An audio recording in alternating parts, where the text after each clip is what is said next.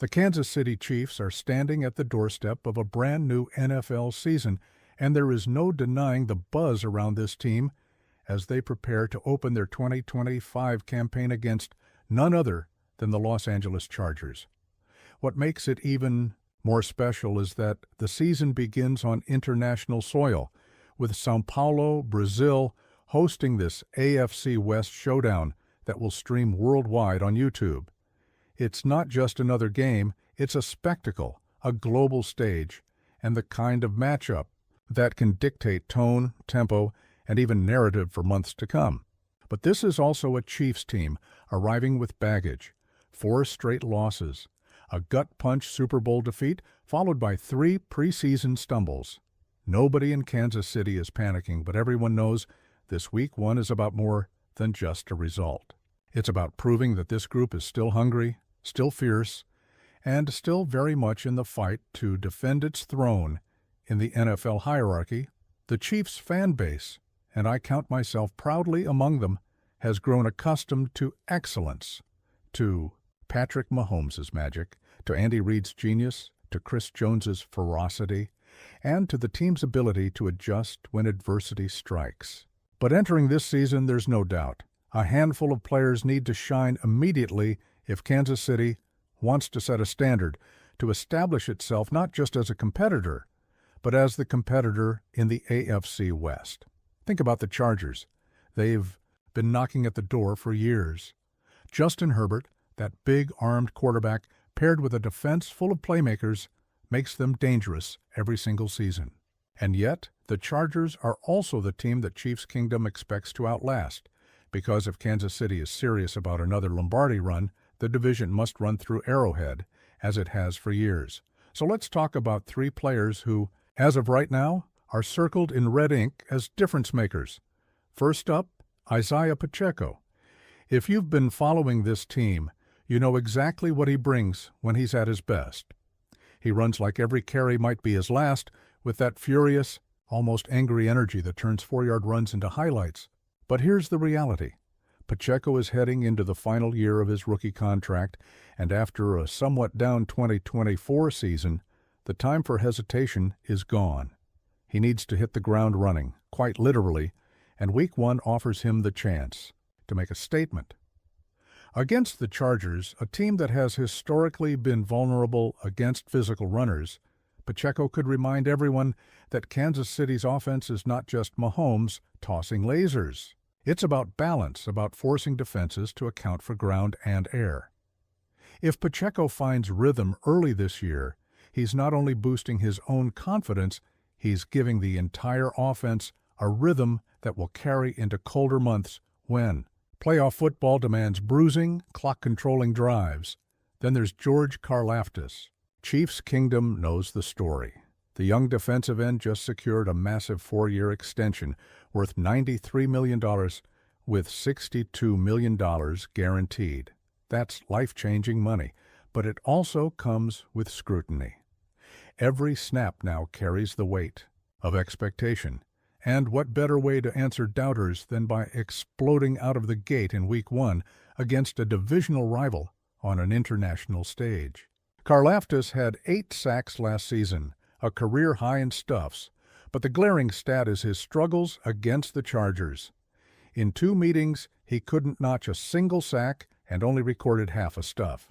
That matters because the Chargers' offensive line will circle him in their film sessions, daring him to prove he's worth the bag. Chiefs fans want to see that explosiveness, that relentless motor, show up in ways that make Herbert uncomfortable.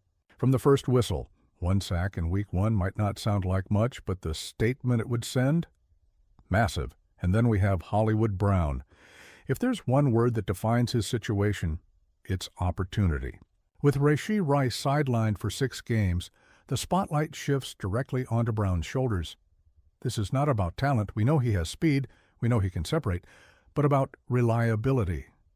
Brown barely played last season. Injuries kept him sidelined.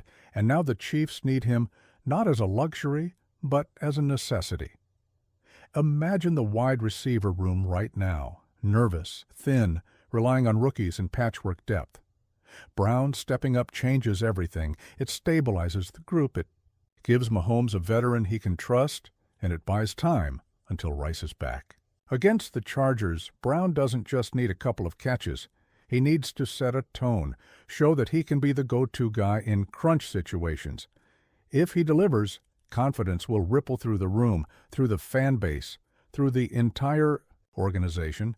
But as much as we spotlight those three, you can't talk Chiefs football without circling back to Chris Jones. His name alone commands respect, and once again, the league has recognized his greatness.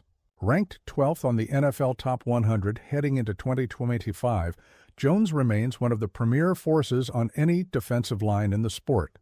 Sure, he fell a few spots from last year when he cracked the top 10, but let's be honest, dropping from 6th to 12th is hardly a crisis. If anything, it fuels him. It lights that fire to prove that age is just a number, and that dominance still lives in those hands.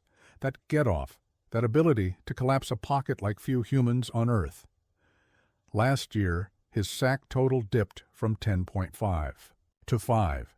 Critics pointed to it as a sign of decline, but stats never tell the full story.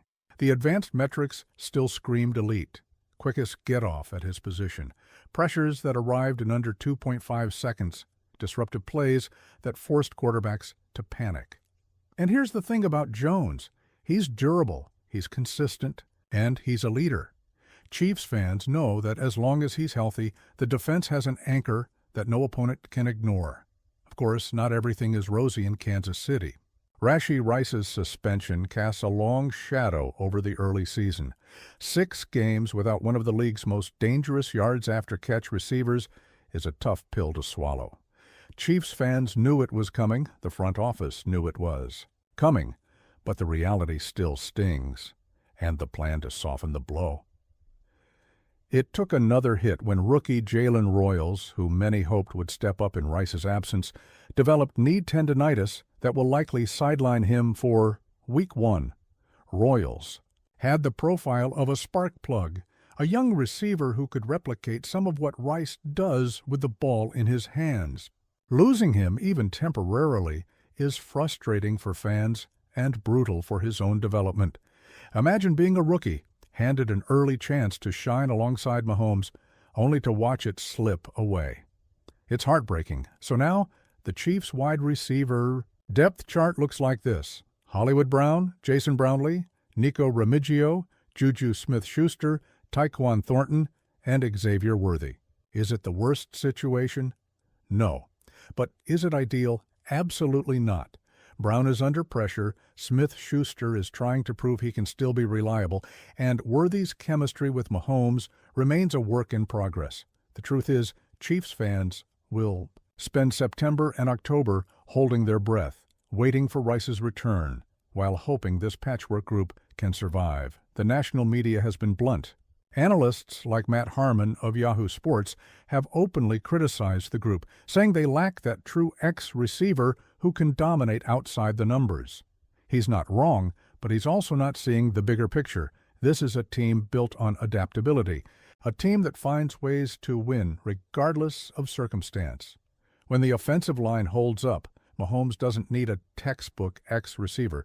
He needs half a second more to find Worthy downfield, or a sliver of separation for Brown to break loose. That's how Kansas City has always thrived, by bending the rules of conventional wisdom and trusting in Mahomes' brilliance to elevate those around him.